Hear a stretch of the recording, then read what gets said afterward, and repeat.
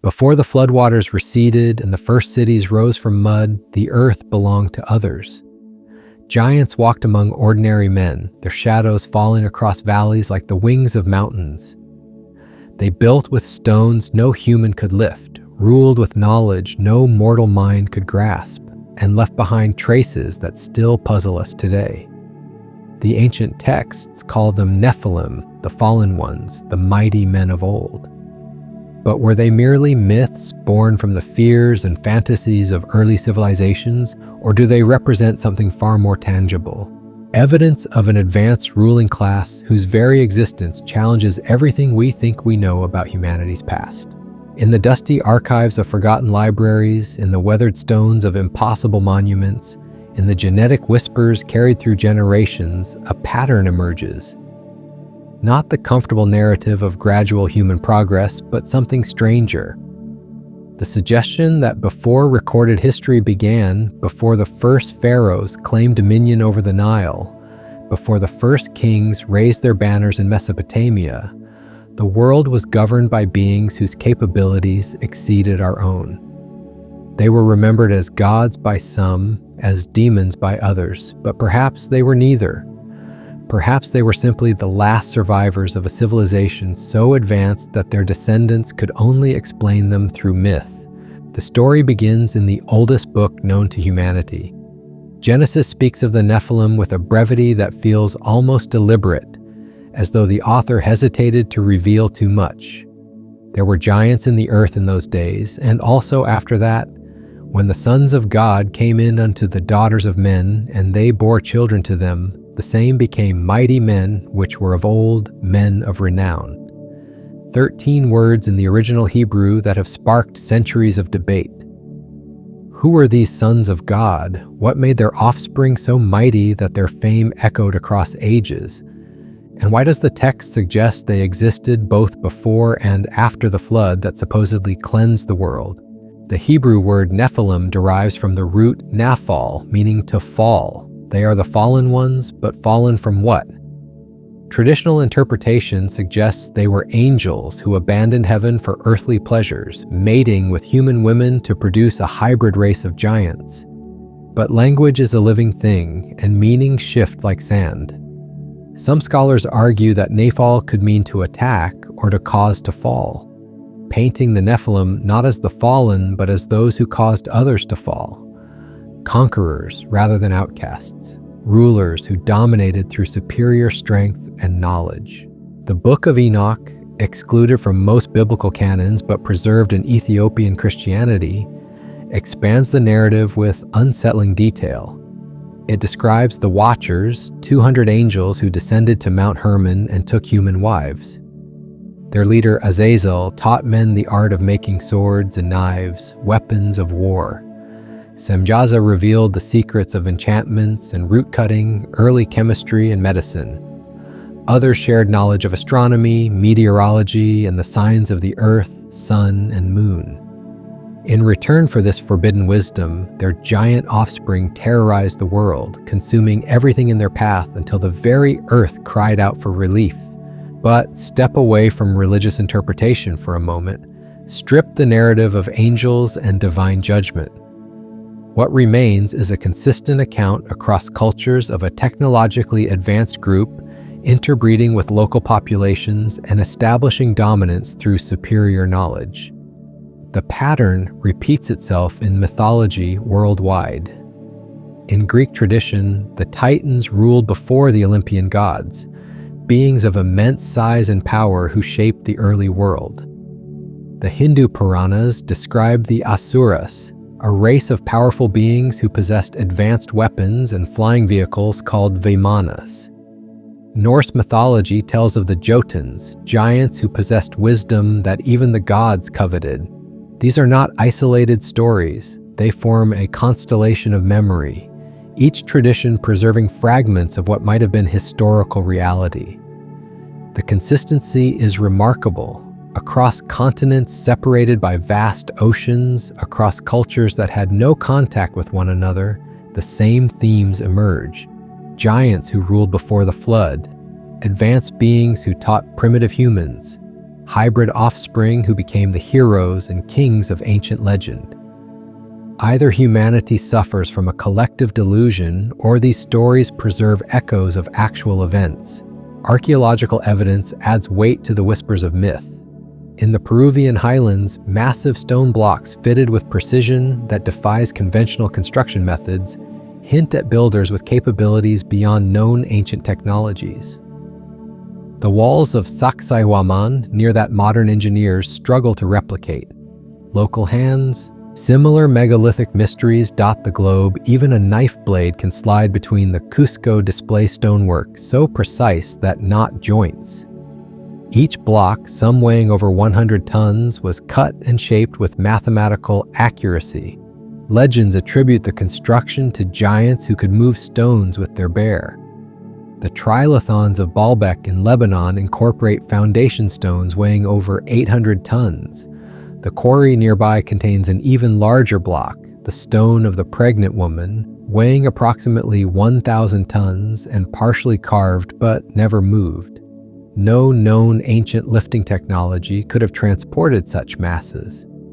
Yet there they stand, testimony to engineering capabilities that seem to exceed the Bronze Age cultures credited with their creation. In the remote highlands of Bolivia, Puma Punku presents an even more perplexing puzzle. The site features precisely cut stone blocks with complex angular cuts and perfectly straight edges. The surfaces are so flat they appear machine polished. The cuts are so precise they interlock like three-dimensional jigsaw puzzles. The precision rivals modern machine tooling, yet the site predates the Inca by thousands of years. Local Aymara legends speak of giants who built the complex in a single night, working in darkness before the sun was created. But perhaps the most intriguing evidence lies not in stones, but in bones.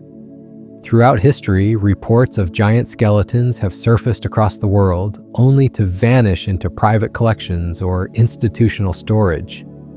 In the 19th century, American newspapers regularly reported discoveries of oversized human remains. The Smithsonian Institution's own records reference numerous giant skeleton acquisitions, though few remain accessible to independent researchers today. Whether through deliberate suppression or simple institutional negligence, the physical evidence has become frustratingly elusive. What we do have are the careful measurements recorded by earlier archaeologists. In Ohio, the Adena mound builders left behind burial sites containing individuals of remarkable stature. Excavations in the early 1900s documented skeletons measuring between 7 and 8 feet in height, with skull capacities significantly larger than modern humans. Similar discoveries in Nevada's Lovelock Cave revealed mummified remains of red-haired giants, preserved by the desert climate and described by the local Paiute tribe as the last remnants of a cannibalistic race that once terrorized the region. The Paiute oral tradition tells of the Siteka, red-haired giants who lived on islands in ancient Lake Lahontan. According to tribal memory, these beings were hostile and warlike, eventually driven to extinction by a coalition of local tribes who trapped them in caves and set fires at the entrances. When archaeologists explored Lovelock Cave in the early 20th century, they found not only the unusual mummified remains, but also artifacts suggesting a culture distinct from known Native American groups. The hair color alone challenges conventional models of pre-Columbian population genetics. Across the Pacific, similar anomalies emerge. On Easter Island, the Moai statues stand as silent witnesses to a vanished civilization. The largest completed statue, Paro, measures 33 feet in height and weighs 82 tons. But the quarry at Rano Raraku contains even larger unfinished giants, some reaching heights of 70 feet. The engineering required to carve, transport, and erect these monuments stretches the capabilities of a Stone Age culture to the breaking point. Polynesian oral tradition speaks of the statues walking to their positions, guided by spiritual power. But what if that memory preserves a technological process we no longer understand? The builders of Easter Island also left behind Rongorongo, one of the world's few undeciphered writing systems. The glyphs appear on wooden tablets scattered across the island, but their meaning died with the culture that created them. Some symbols resemble human figures with elongated heads and limbs, possibly depicting the very giants who, according to legend, ruled the island before its decline. The script itself suggests a level of literacy and record-keeping that exceeds what we might expect from an isolated Polynesian settlement. In Europe, megalithic sites tell similar stories of impossible construction and lost knowledge. Stonehenge remains an enigma despite decades of archaeological investigation. The massive trilithons required engineering skills to transport stones from quarries hundreds of miles away and position them with astronomical precision. The monument's builders understood complex principles of acoustics, creating chambers that amplify sound in specific ways. They also encoded sophisticated astronomical knowledge into the structure's alignment, tracking celestial cycles that span thousands of years. But Stonehenge pales beside the complexity of sites like Newgrange in Ireland or Göbekli Tepe in Turkey. Newgrange predates the Egyptian pyramids by 500 years, yet demonstrates advanced understanding of solar mechanics and seasonal cycles. Once each year, on the winter solstice, sunlight penetrates the monument's narrow entrance passage and illuminates the inner chamber for exactly 17 minutes. The precision required to achieve this effect speaks to mathematical and engineering knowledge far beyond what we associate with Neolithic farmers. Göbekli Tepe pushes the boundaries even further. The site in southeastern Turkey dates to approximately 12,000 years ago, making it older than agriculture itself. Yet its massive stone pillars, some weighing 16 tons, are carved with intricate reliefs depicting animals, geometric patterns, and humanoid figures. The level of artistic and technical sophistication rivals classical civilizations, but it emerged from what should have been a world of hunter-gatherers. The site's builders possessed knowledge of quarrying, carving, transportation, and construction that seems impossibly advanced for its time. The pillars themselves tell a story that connects to the Nephilim narrative. Many feature anthropomorphic characteristics, hands and arms carved in relief as though the stones represent giant humanoid figures. Some researchers interpret these as representations of the builders themselves, suggesting a race of beings significantly larger than modern humans. The site's sudden abandonment around 8,000 years ago coincides roughly with flood narratives found in cultures worldwide, including the biblical account of Noah's deluge. These archaeological anomalies form a pattern that transcends individual sites or cultures. They suggest the existence of a widespread civilization possessing advanced knowledge and capabilities that disappeared from the historical record. The timing of their apparent decline around the end of the last ice age coincides with catastrophic climate change that reshaped the world's geography. Rising sea levels submerged coastal settlements, changing weather patterns disrupted established trade routes. Entire ecosystems collapsed, taking with them the megafauna that had sustained hunter-gatherer societies for millennia. In this context, the flood narratives found in cultures worldwide take on new significance. They may preserve not just mythological accounts, but historical memories of actual catastrophic events.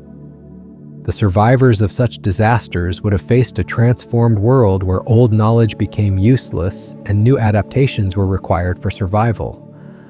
Advanced civilizations might have devolved into simpler societies, preserving only fragments of their former achievements in oral tradition and megalithic monuments. The genetic evidence adds another layer to this puzzle.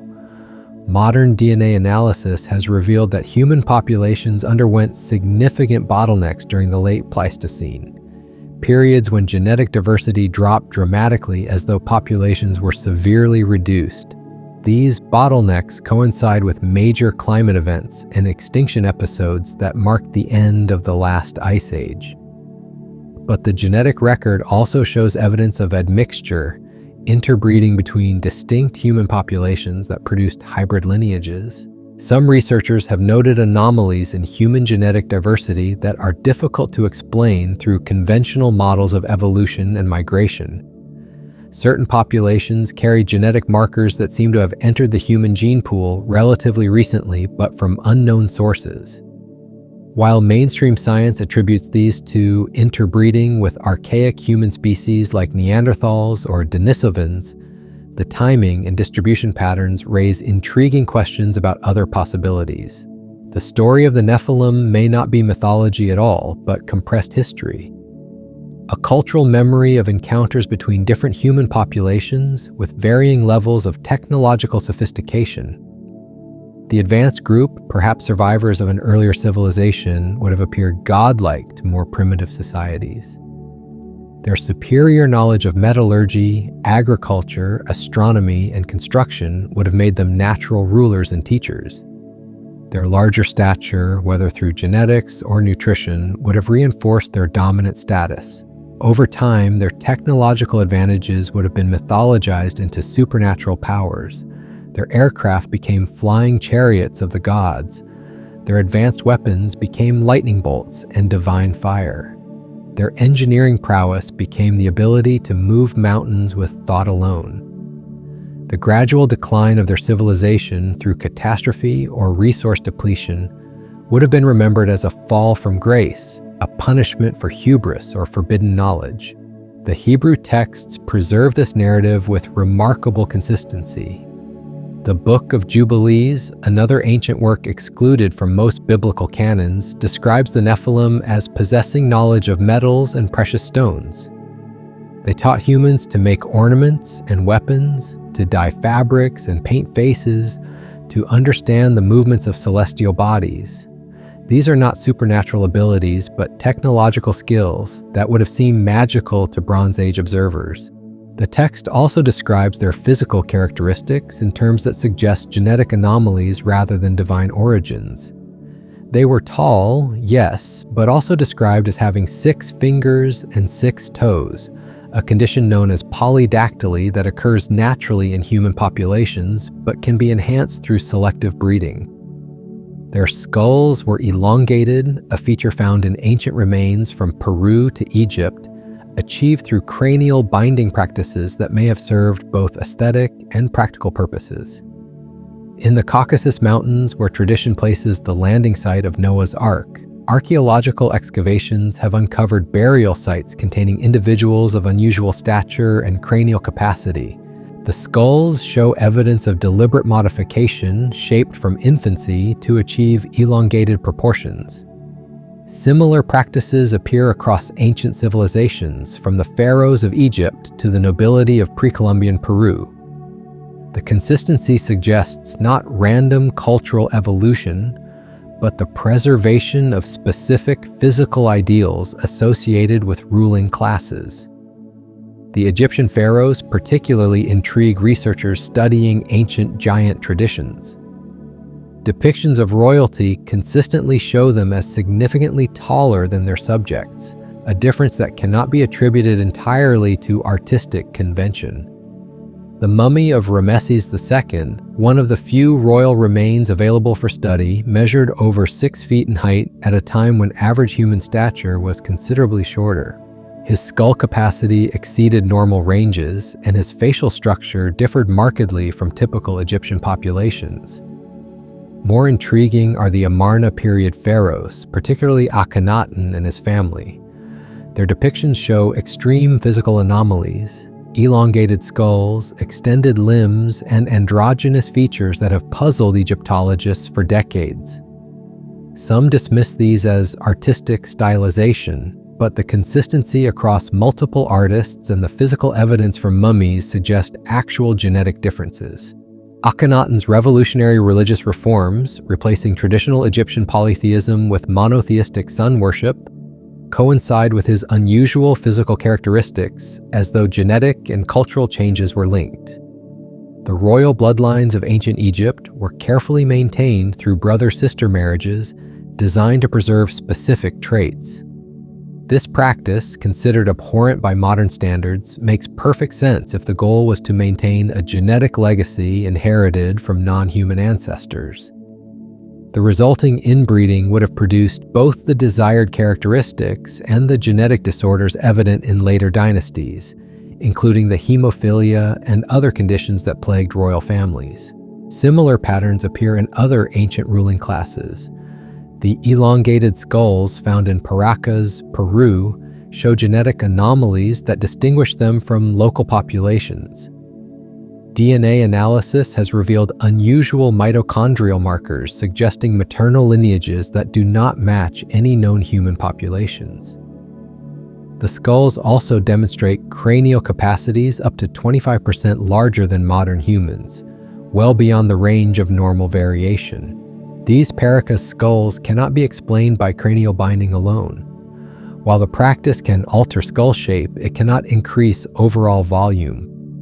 The additional brain capacity suggests either a different species entirely or a human population that had undergone significant genetic modification.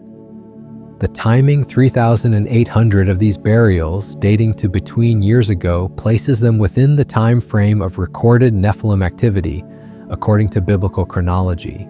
The construction techniques associated with these populations also defy conventional archaeological explanations. At Ollantaytambo in Peru, massive stone blocks weighing over 50 tons were quarried from a mountainside across a river valley and transported uphill to construction sites. The precision of the cutting and fitting rivals modern machine work, yet no evidence exists of the tools or technology required for such achievements. Local Quechua traditions attribute the construction to giants who could soften stone with plant extracts and move blocks through levitation. While mainstream archaeology dismisses such claims as folklore, the physical evidence demands explanation. The stones show no tool marks from conventional chiseling. Instead, surfaces appear molded or cast, as though the rock was temporarily softened during construction. Some blocks display a glass-like finish that suggests exposure to extreme heat, far beyond what wood fires could achieve. The precision of angles and curves exceeds what human hands could accomplish without sophisticated measuring instruments. In Bolivia, the Tiwanaku civilization left behind similar mysteries. The site's massive stone blocks feature complex interlocking systems that require three-dimensional visualization skills beyond normal human capability. The famous Gate of the Sun incorporates astronomical knowledge spanning thousands of years, encoded in carved symbols that track celestial cycles with mathematical precision. The culture that created these monuments possessed understanding of engineering, astronomy, and mathematics that rivals modern achievements. Yet according to conventional chronology, Tiwanaku flourished during a period when human civilization was supposedly limited to basic agriculture and simple tools. The disconnect between attributed capabilities and actual achievements suggests either a massive revision of historical timelines or the involvement of populations possessing advanced knowledge from unknown sources. The global distribution of megalithic sites during this period implies coordination beyond what isolated cultures could achieve independently. From Göbekli Tepe in Turkey to Nan Madol in Micronesia, from the stone circles of Britain to the Moai of Easter Island, ancient builders were creating monuments that required similar technologies and shared knowledge systems. The consistency of astronomical alignments across continents suggests a common understanding of celestial mechanics that transcends individual cultures. This coordination becomes even more remarkable when considering the supposed isolation of ancient populations. Mainstream archaeology maintains that transoceanic contact was impossible during the Bronze Age, yet the evidence suggests otherwise. Cocaine and nicotine, plants native only to the Americas, have been found in Egyptian mummies. Olmec heads in Mexico display African features. Polynesian sweet potatoes appear in South America long before Columbus. The boundaries between supposedly separate civilizations were far more porous than traditional models acknowledge. The Nephilim narrative provides a framework for understanding these connections. A technologically advanced population with global reach could have established settlements on multiple continents, sharing knowledge and genetic material with local populations. Their superior capabilities would have made them natural rulers and teachers, explaining the consistent traditions of giant kings and divine instructors found worldwide. The decline of this civilization around the end of the last ice age coincides with catastrophic events that reshaped human history. Massive volcanic eruptions, asteroid impacts, and climate change created a global crisis that even advanced civilizations might not have survived intact. The survivors would have faced a world where their technological infrastructure was destroyed and their knowledge became increasingly irrelevant to immediate survival needs. Under such conditions, advanced civilizations could have devolved rapidly into simpler societies. Complex technologies requiring industrial support systems would have been abandoned. Written languages might have been simplified or lost entirely. The descendants of once mighty populations would have preserved only fragments of their ancestors' achievements, transforming technological memories into mythological narratives. This devolution model explains many anomalies in the archaeological record. The apparent sudden appearance of advanced civilizations, like those in ancient Egypt and Mesopotamia, may represent not independent development, but the gradual recovery of populations that had previously possessed even greater capabilities.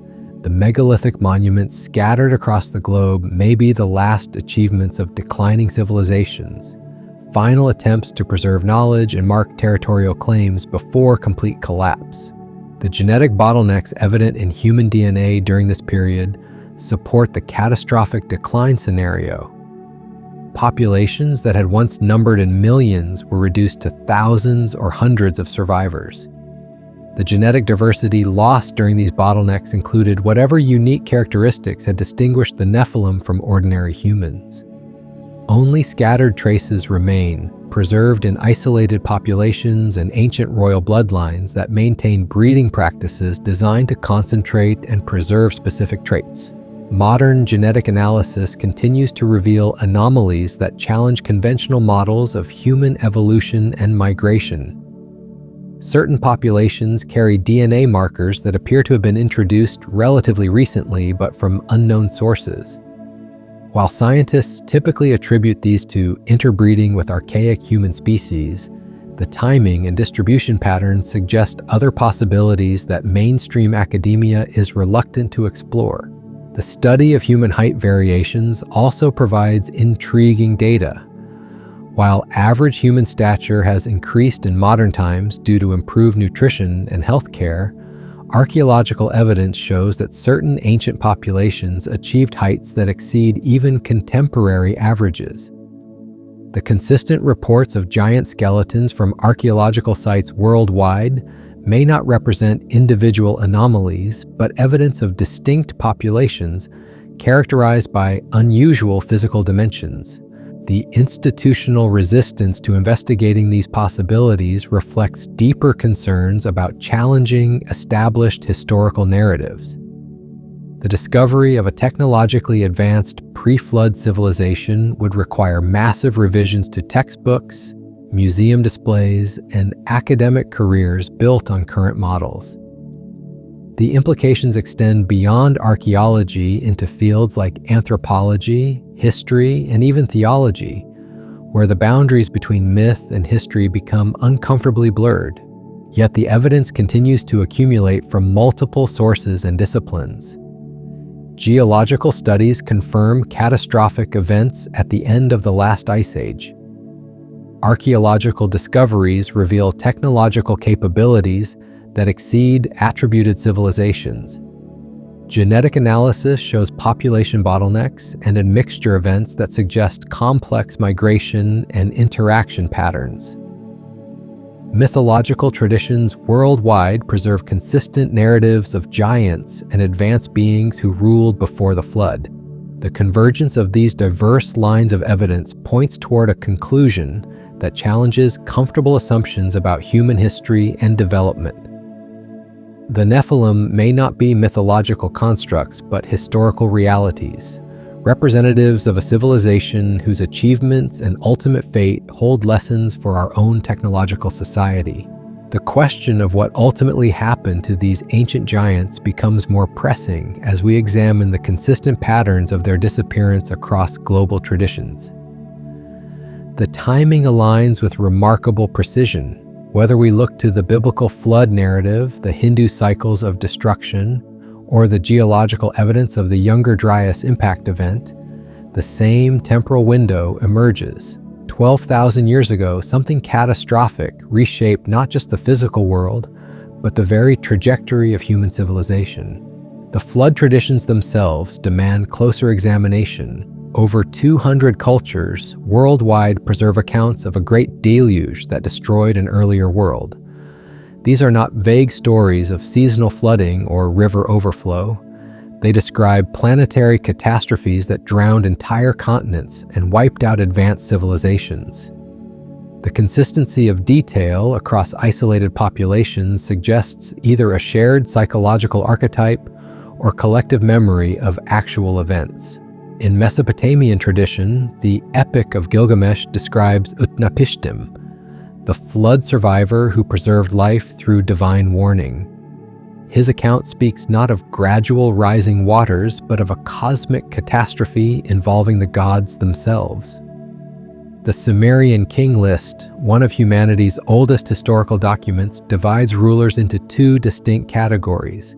Those who reigned before the flood possessed impossibly long lifespans, ruling for thousands or tens of thousands of years. After the deluge, human rulers lived normal spans and displayed ordinary capabilities. The Hindu Puranas describe similar cycles of destruction and renewal. The Matsya Purana tells of Manu, who saved life during the great flood that ended the previous age. But the text also describes the Daityas and Danavas, giant beings who possessed advanced weapons and flying vehicles before their civilization was destroyed by cosmic forces. These accounts don't read like mythology, but like historical chronicles of technological civilizations that rose and fell according to vast temporal cycles. Native American traditions add another layer to this global narrative. The Hopi speak of previous worlds destroyed by fire, ice, and flood before the current fourth world began. Each earlier civilization grew corrupt and was cleansed by natural forces, with only a few survivors carrying forward the knowledge needed to rebuild. The Lakota tell of the Star People, tall beings who came from the sky and taught humans before departing when the world grew dark. These traditions consistently describe advanced beings who ruled during golden ages before catastrophic endings. The geological record now confirms that such catastrophic events did occur. The Younger Dryas boundary layer, dated to approximately 12,800 years ago, contains evidence of massive impacts, continental fires, and species extinctions. Nanodiamonds, shocked quartz, and platinum anomalies mark a moment when cosmic forces reshaped the planet. The ice cores from Greenland show temperature drops of up to 15 degrees Celsius occurring within decades, not centuries. This climate catastrophe would have been devastating for any civilization, no matter how advanced. Coastal cities would have been submerged by rising seas. Agricultural systems would have collapsed under changing weather patterns.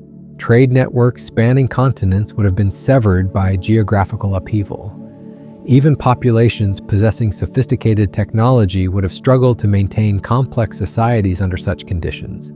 The survivors would have faced a world transformed beyond recognition. The megafauna that had sustained human populations for millennia went extinct. Familiar coastlines disappeared beneath hundreds of feet of water.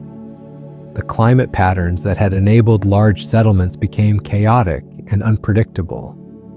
Under such circumstances, even advanced civilizations would have been forced to abandon their technological achievements and focus on basic survival.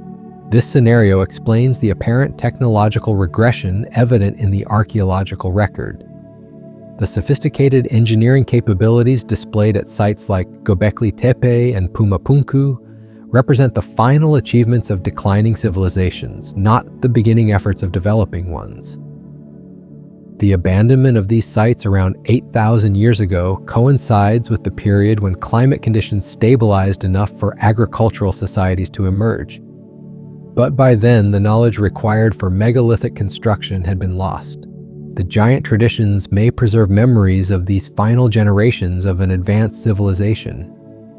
As resources became scarce and populations dwindled, the remaining members of the technological elite would have appeared increasingly godlike to surviving primitive groups. Their superior knowledge, preserved technologies, and possibly enhanced physical characteristics would have made them natural rulers in the post-catastrophic world. Over time, their gradual decline and eventual disappearance would have been mythologized as the departure or death of the gods. The biblical account of the Nephilim being destroyed in the flood but returning afterward makes perfect sense in this context. The initial catastrophe eliminated the main centers of advanced civilization, but scattered survivors continued to exist in isolated populations. These remnant groups would have maintained fragments of the old knowledge and possibly distinctive genetic characteristics that set them apart from ordinary humans. As conditions improved and populations recovered, these survivors would have emerged as the founders of new civilizations. Ancient Mesopotamia provides compelling evidence for this scenario. The earliest Sumerian city-states appeared suddenly around 5,000 years ago with fully developed writing systems, complex architecture, and sophisticated governmental structures. Traditional archaeology struggles to explain this rapid emergence, particularly since the preceding cultures show no gradual development toward such achievements. The Sumerian texts themselves claim their civilization was established by the Anunnaki, beings who came from the sky and taught humans the arts of civilization. The Sumerian king list supports this narrative of discontinuity. The antediluvian rulers possessed supernatural lifespans and capabilities, while post-flood kings displayed normal human characteristics. The transition marks a clear break between two different types of rulers, possibly reflecting the difference between the Nephilim survivors and their ordinary human subjects. The list also indicates that kingship was lowered from heaven after the flood, suggesting that legitimate authority derived from these advanced beings. Egyptian civilization shows similar patterns of sudden emergence and claims of divine origins. The unification of Upper and Lower Egypt under the first pharaohs occurred rapidly around 5,000 years ago, with no clear precedent in earlier cultures. The pharaohs themselves claimed descent from the gods and maintained physical and cultural practices designed to preserve their divine heritage. The elaborate mummification procedures, the obsession with bloodline purity, and the construction of massive monuments all suggest efforts to maintain connection with a superior ancestral civilization. The pyramid texts, among the oldest religious writings in the world, describe the pharaoh's journey after death to join the imperishable stars. Thus, texts speak not of symbolic transformation, but of literal travel to celestial destinations where the gods dwell. The technological language embedded in religious metaphors suggests memories of actual capabilities that had been lost but remained as aspirational goals for the ruling class. The megalithic sites scattered across Europe tell a similar story of advanced capabilities appearing suddenly and then declining. Stonehenge, Newgrange, and countless other stone circles demonstrate sophisticated understanding of astronomy, engineering, and acoustics. Yet the cultures credited with their construction left no written records and few artifacts suggesting the technological base necessary for such achievements. The monuments appear to emerge from populations of simple farmers and herders who somehow possessed godlike knowledge of celestial mechanics. The builders of these sites also demonstrated remarkable consistency in their astronomical alignments. From the Hebrides to the Mediterranean, megalithic monuments track the same celestial cycles and encode the same mathematical relationships. This standardization across vast distances implies coordination by groups possessing comprehensive knowledge of both terrestrial and celestial geography.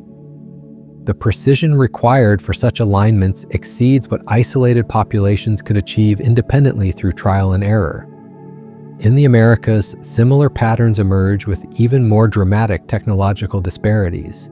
The Olmec civilization appeared suddenly in Mesoamerica around 3,000 years ago, with fully developed artistic styles, complex religious systems, and massive construction projects.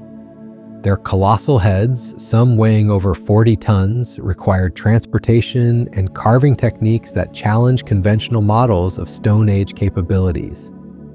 The Olmec also developed sophisticated calendrical systems that demonstrate advanced mathematical and astronomical knowledge.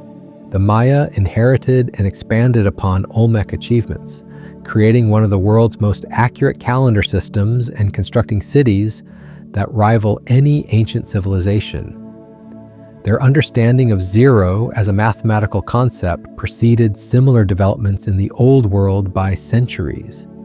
Their astronomical observations tracked celestial cycles spanning thousands of years with precision that was not matched by European astronomers until the Renaissance.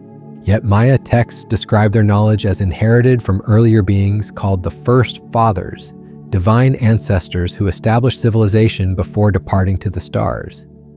The Popol Vuh, the Maya creation epic, tells of multiple failed attempts to create proper humans before the current race was finally perfected.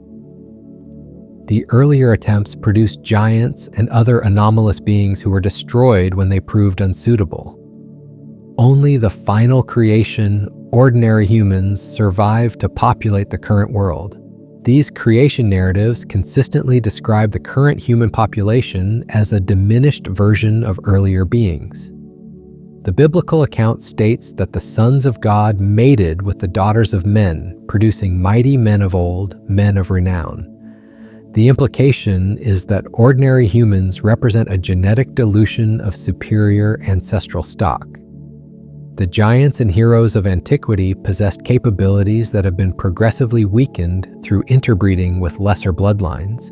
Modern genetic research provides intriguing support for this narrative of ancient admixture and subsequent dilution.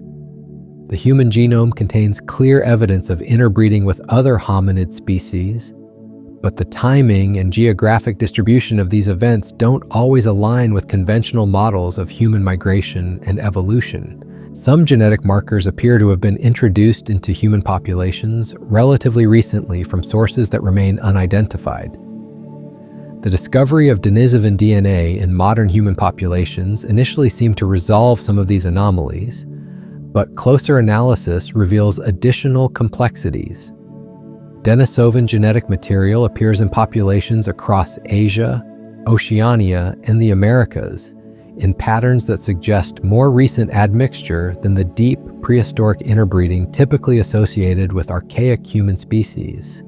Some researchers have noted that certain Denisovan genetic markers are associated with increased brain volume and altered skull morphology characteristics that align with ancient descriptions of giant races. The Paracas skulls from Peru provide the most dramatic example of these genetic anomalies. DNA analysis has revealed mitochondrial lineages that do not match any known human populations, living or extinct. The skulls themselves demonstrate cranial capacities up to 25% larger than modern humans, well beyond the normal range of human variation. The bone structure is also distinctly different, with altered suture patterns and increased thickness that suggests adaptation to different environmental conditions or physiological requirements. These skulls cannot be explained by cranial binding practices alone. While artificial skull modification can alter shape, it cannot increase overall volume or change fundamental bone structure. The Paracas skulls represent either a different species entirely or a human population that had undergone significant genetic modification through unknown means. The careful burial practices and elaborate textiles associated with these remains suggest they belong to an elite class that maintained distinct physical and cultural characteristics. Similar elongated skulls appear in elite burials across the ancient world, from Egypt to Central Asia to the Pacific Islands. The consistency of this physical trait among ruling classes suggests it was not merely an aesthetic choice, but a marker of genetic heritage. The practice of cranial binding may have been an attempt to mimic the natural skull shape of a superior ancestral population, just as the elaborate headdresses worn by priests and kings often incorporated symbols of divine authority inherited from earlier ages. The technological capabilities associated with these populations also demonstrate knowledge that seems impossibly advanced for their supposed time periods. The precision stone cutting found at sites like Pumapunku and Ollantaytambo requires tools and techniques that exceed Bronze Age capabilities. The massive stone blocks were shaped with tolerances measured in fractions of millimeters and fitted together with complex, three-dimensional joints that would challenge modern engineering. Computer analysis of these construction techniques reveals mathematical principles that were not formally discovered until recent centuries. The builders understood concepts like load distribution, structural resonance, and seismic resistance that enabled their monuments to survive earthquakes that destroyed later construction. They also incorporated astronomical alignments that required precise knowledge of celestial mechanics and long-term observational data spanning multiple generations. The metallurgical evidence presents additional anomalies that challenge conventional technological chronologies. Bronze Age sites have yielded artifacts showing knowledge of advanced alloys and metalworking techniques that were supposedly not developed until much later periods. Some artifacts display evidence of precision machining that requires tools and processes not available to ancient smiths, working with basic furnaces and hand tools. The Baghdad battery, discovered in Iraq and dating to approximately 2,000 years ago, consists of copper cylinders containing iron rods and acidic electrolyte solutions that can generate electrical current. While mainstream archaeology interprets these as storage vessels, electrical engineers who have studied the artifacts confirm they function as galvanic cells capable of producing measurable voltage. The implications for ancient technological capabilities remain controversial, but the physical evidence cannot be dismissed. In Peru, the Nazca lines present another technological puzzle that connects to the giant traditions. These massive geoglyphs, some stretching for miles across the desert, were created with such precision that their full patterns are only visible from the air. The lines maintain straight courses across varied terrain with deviations of less than a few meters over distances of several miles. Creating such accurate large-scale geometry requires surveying techniques and mathematical knowledge that exceed the supposed capabilities of the cultures credited with their construction. Local traditions attribute the Nazca lines to the Viracocha, tall, pale beings who came from the sky and taught humans before departing. The Viracocha were described as giants with advanced knowledge who could perform miraculous feats of engineering and construction. Their departure supposedly marked the end of a golden age when humans possessed greater capabilities and knowledge than current populations. The consistency of these departure narratives across cultures worldwide suggests they may preserve memories of actual historical events rather than purely mythological constructs. The advanced beings who ruled ancient civilizations didn't simply die out or evolve into modern humans. According to the traditions, they departed, returned to the sky, or retreated to hidden realms where they continue to exist beyond ordinary human perception. This narrative of departure rather than extinction opens possibilities for understanding the ultimate fate of the Nephilim that purely materialist interpretations cannot address. If these beings possessed technological capabilities far beyond their contemporaries, they might have survived catastrophic events that destroyed less advanced populations. Their apparent disappearance from the historical record might reflect not death, but withdrawal from direct involvement in human affairs. The implications of this possibility extend far beyond archaeological curiosity. If the Nephilim represent the remnants of an advanced antediluvian civilization, their knowledge and capabilities might still exist in some form. The megalithic monuments they left behind could contain encoded information waiting to be deciphered by populations that develop sufficient technological sophistication. The genetic legacy they left in human bloodlines might carry dormant potentials that could be reactivated under appropriate conditions. As our own civilization develops technologies that begin to approach the capabilities attributed to these ancient giants, we may be approaching a threshold where direct contact or communication becomes possible once again. The current rapid advancement in fields like genetic engineering, artificial intelligence, and space technology might represent not unprecedented innovation, but the rediscovery of knowledge that was once commonplace in the antediluvian world. The flood traditions consistently describe the destruction of the previous world as punishment for corruption and violence, themes that resonate uncomfortably with contemporary global conditions. The advanced beings who once ruled the earth might serve as both warning and promise for humanity's future development. Their achievements demonstrate the heights that technological civilization can reach, while their apparent fall reminds us of the dangers inherent in unchecked power and knowledge. The story of the Nephilim continues to unfold as new archaeological discoveries and scientific advances provide fresh perspectives on humanity's hidden past. Each ancient site that exceeds conventional technological expectations, each genetic anomaly that challenges standard evolutionary models, each mythological tradition that preserves memories of giant rulers adds another piece to a puzzle that may ultimately reveal the true scope of human potential and the cyclical nature of civilization itself. The ancient libraries of Alexandria held more than scrolls and codices. According to fragmentary accounts that survived the flames, they contained genealogical records that traced bloodlines back to the time before time. Manetho, the Egyptian priest who compiled the earliest known chronologies of pharaonic dynasties, described rulers whose reigns stretched across impossible spans of centuries. These were not symbolic years or mythological time, but careful records maintained by scribes who understood the difference between mortal kings and something else entirely. The Serapeum, the great temple library complex dedicated to the god Serapis, housed what scholars called the archive of the first kings. These texts, written on imperishable materials that could survive floods and fires, allegedly contain the true history of the world before the Great Catastrophe. Christian monks who destroyed much of the collection in the 4th century reported finding documents written in scripts they could not identify, describing beings of enormous stature who possessed knowledge of the stars and the deep places of the earth.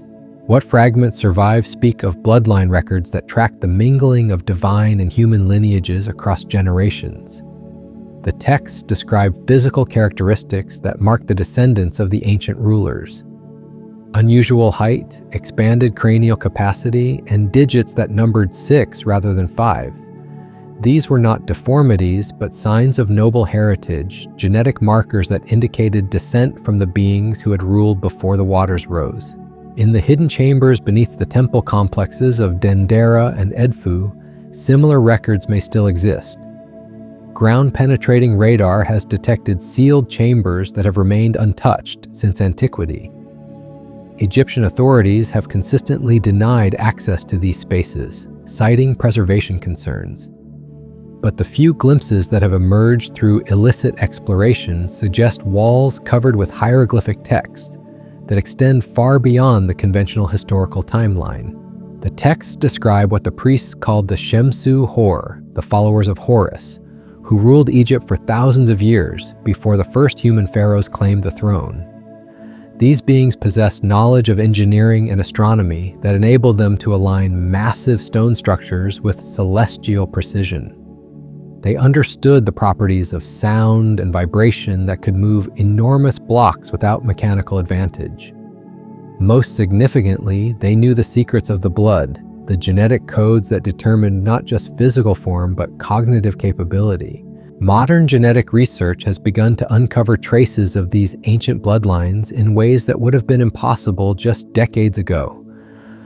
Advanced DNA sequencing techniques can now identify genetic markers that appear in human populations at specific points in history. Some of these markers seem to have been introduced into human bloodlines relatively recently, but from sources that remain unidentified by conventional anthropological models. The distribution patterns of these genetic anomalies follow pathways that align remarkably well with ancient migration routes and the locations of megalithic sites worldwide. Populations that carry the highest concentrations of unusual genetic markers also tend to inhabit regions where the most sophisticated ancient construction projects are found. The correlation suggests that technological capability and genetic heritage were intimately connected in ways that modern science is only beginning to understand. In the remote highlands of Peru, the Quechua people preserve oral traditions that describe their ancestors as significantly different from current populations. The earliest rulers, according to these accounts, were beings of great stature who possessed 4 chambered hearts and blood that flowed differently than ordinary humans. These physiological differences enabled them to function at high altitudes where normal humans would quickly succumb to oxygen deprivation. Archaeological evidence supports aspects of these traditions. Burial sites in the Andes have yielded skeletal remains that show adaptations to extreme altitude that go beyond what modern high-altitude populations display. The bone density, lung capacity, and cardiovascular modifications found in these ancient remains suggest either a different species entirely or humans who had undergone genetic modifications to enhance their survival in harsh environments. The construction techniques associated with these populations also demonstrate capabilities that challenge conventional archaeological explanations. At sites like Sacsayhuaman and Ollantaytambo, massive stone blocks were quarried, transported, and fitted with precision that exceeds modern construction standards. The stones show evidence of being softened during construction, as though the builders possessed knowledge of chemical or energetic processes that could temporarily alter the molecular structure of solid rock. Local traditions describe the ancient builders using plant extracts that could dissolve stone like clay, allowing massive blocks to be shaped by hand before hardening again into their final forms. While mainstream archaeology dismisses such claims as folklore, recent research into plant biochemistry has identified compounds that can indeed affect the crystalline structure of certain minerals. The knowledge required to develop and apply such techniques suggests a level of chemical sophistication far beyond what we associate with Bronze Age civilizations. The acoustic properties of these ancient sites add another layer of mystery to their construction. Many megalithic monuments demonstrate intentional acoustic design that creates specific sound effects within their chambers and courtyards. The frequencies produced by these structures often fall within ranges that affect human consciousness in measurable ways. Certain tones can induce altered states of awareness, enhance memory formation, or trigger profound emotional responses. Modern neuroscience has begun to understand how specific sound frequencies can influence brain function through resonance effects. The ancient builders seem to possess detailed knowledge of these relationships, incorporating acoustic principles into their architecture in ways that transform physical spaces into consciousness-altering environments. The massive stone chambers functioned not just as buildings, but as instruments designed to produce specific psychological and physiological effects on those who entered them. This integration of architecture, acoustics, and consciousness suggests that the ancient giants understood the human nervous system in ways that modern science is only rediscovering. Their constructions were not merely impressive displays of engineering prowess, but sophisticated technologies designed to interface with human consciousness itself. The chambers and passages within megalithic sites may have served as initiation spaces where ordinary humans could temporarily access expanded states of awareness normally available only to the genetically enhanced ruling class. The mystery deepens when we consider the global distribution of these consciousness-altering architectural features. From the King's Chamber in the Great Pyramid to the acoustic chambers at Newgrange, from the resonant properties of Stonehenge to the sound effects built into Mayan pyramids, ancient builders worldwide incorporated similar principles into their most sacred constructions. The consistency suggests not independent discovery, but shared knowledge transmitted from a common source. The source of this knowledge may have been the very beings whose genetic legacy still flows through human bloodlines. If the Nephilim possessed not just enhanced physical capabilities, but expanded consciousness as well, they would have understood the relationships between sound, structure, and awareness in ways that seem almost magical to contemporary observers. Their architectural achievements would have been expressions of a science that integrated physical and mental phenomena into unified systems. The decline of this integrated knowledge coincides with the genetic dilution of the Nephilim bloodlines through interbreeding with ordinary human populations. As the distinctive genetic markers became dispersed and weakened across generations, the cognitive capabilities that enabled advanced architectural and acoustic design would have been progressively lost. The descendants retained enough knowledge to maintain existing structures, but lacked the understanding necessary to create new ones of equivalent sophistication. This explains the apparent technological regression evident in the archaeological record. The most sophisticated constructions appear earliest in human history, followed by progressively simpler imitations as the knowledge base eroded. By the time written history begins, human civilizations were already struggling to maintain monuments they could no longer build and preserve technologies they no longer fully understood. The priesthoods that emerged in ancient civilizations may represent attempts to preserve fragments of this lost knowledge through ritual and tradition. The elaborate ceremonies, the secret initiations, the carefully guarded mysteries all served to maintain connections to capabilities that had once been natural to the ruling class. As genetic heritage weakened, cultural practices became increasingly important for accessing the consciousness states that enabled advanced understanding. The mystery schools of ancient Egypt, Greece, and other civilizations preserved techniques for achieving expanded awareness through controlled experiences in specially designed chambers. The initiates underwent processes that temporarily activated dormant genetic potentials, allowing them to access knowledge and capabilities normally beyond human reach. These practices represented not primitive superstition, but sophisticated applications of principles that the ancient giants had understood instinctively. Modern research into consciousness-altering environments has begun to validate aspects of these ancient practices. Sensory deprivation chambers, precisely controlled acoustic environments, and specific geometric configurations can indeed produce profound alterations in human consciousness. The effects include enhanced pattern recognition, expanded memory access, and intuitive understanding of complex relationships.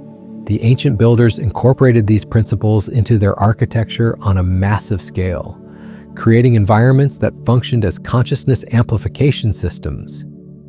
The implications extend far beyond historical curiosity.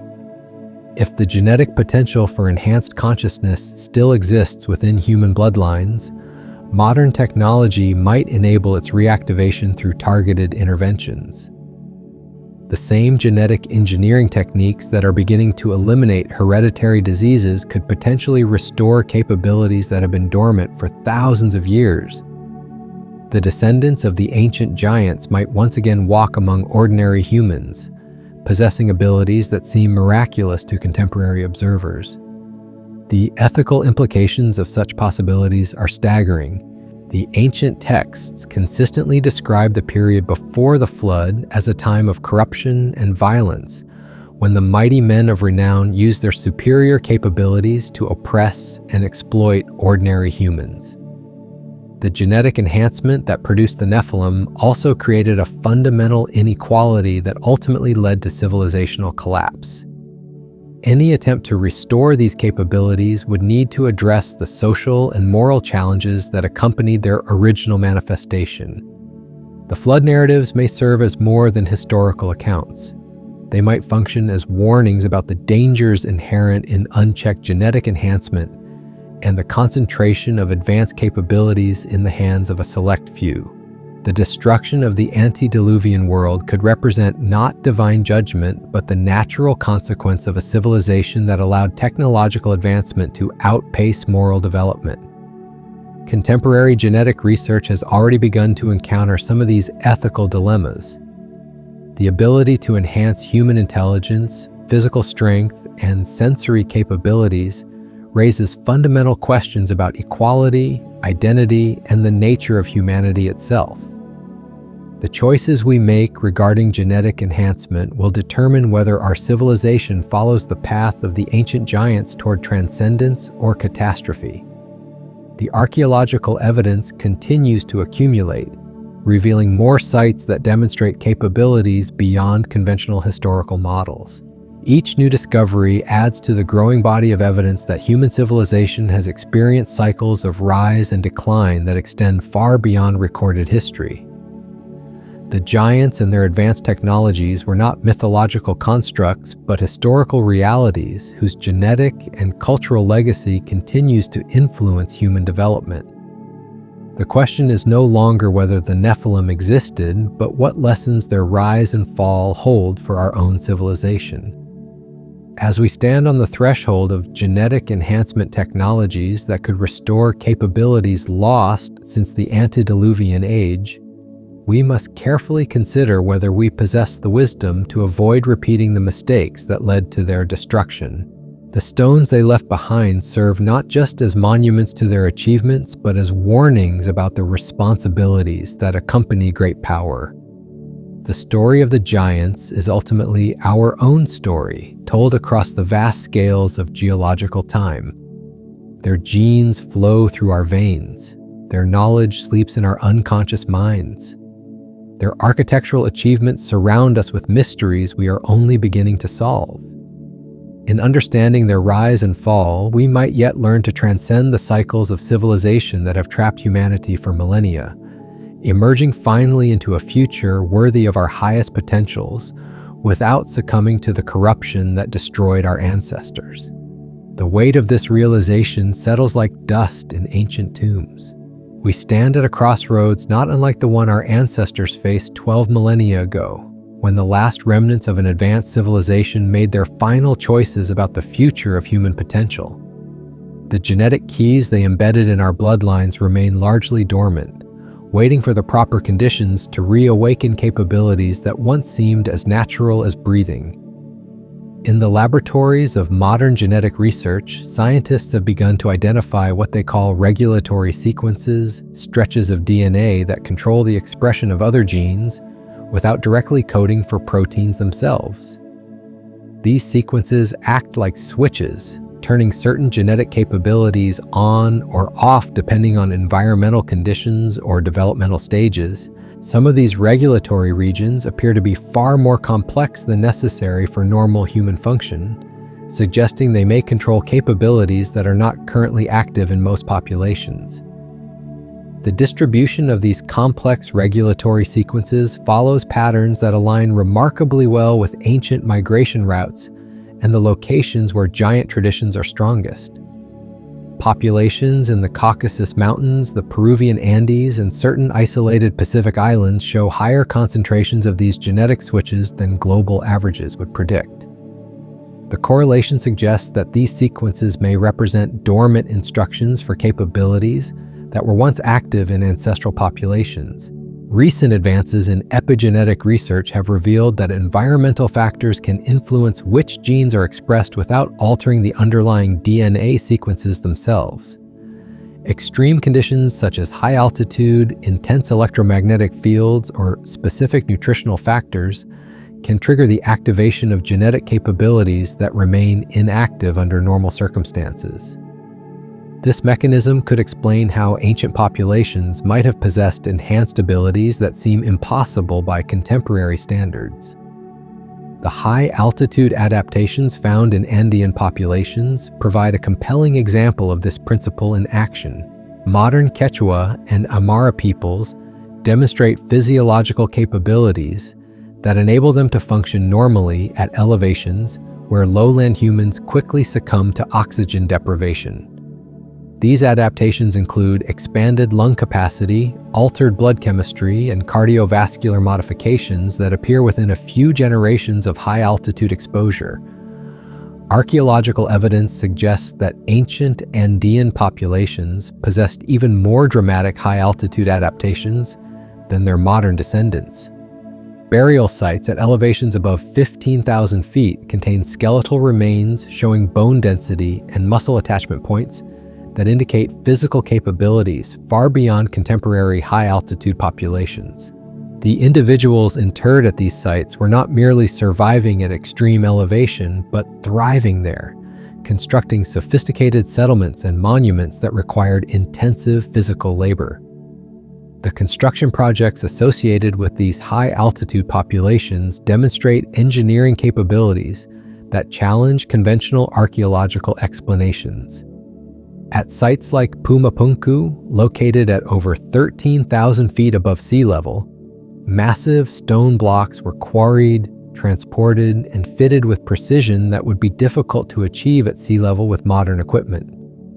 The thin atmosphere at such elevations makes physical exertion exponentially more demanding, yet the builders accomplished tasks that seem impossible even under ideal conditions.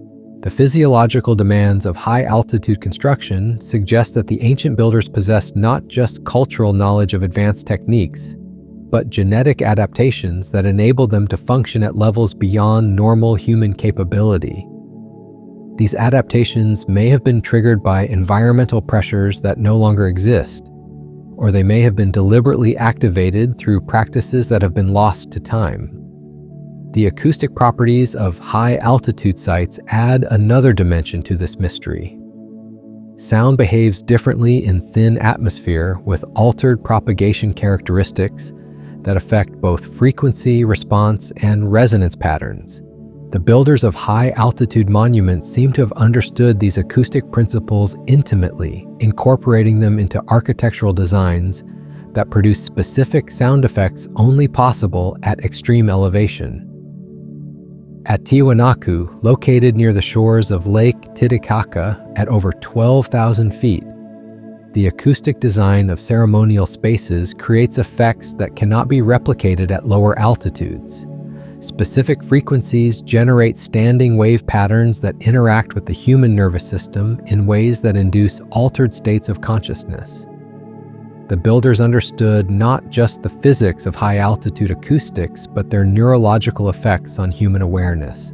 This integration of environmental conditions, genetic adaptation, and consciousness alteration suggests a level of scientific sophistication that transcends simple technological achievement.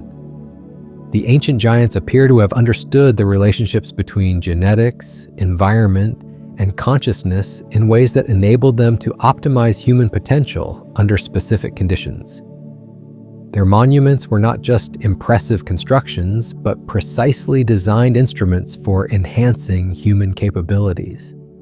The decline of these capabilities coincides with changes in environmental conditions that occurred at the end of the last ice age. The massive climate shifts that accompanied the Younger Dryas event would have altered atmospheric pressure, electromagnetic fields, and other environmental factors that may have been necessary for maintaining enhanced genetic expression.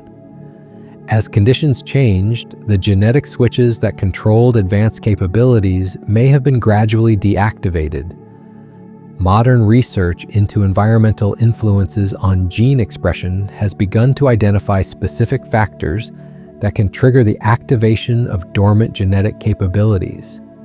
Controlled exposure to high-altitude conditions, specific electromagnetic frequencies, and certain nutritional compounds can induce measurable changes in human physiology and cognitive function.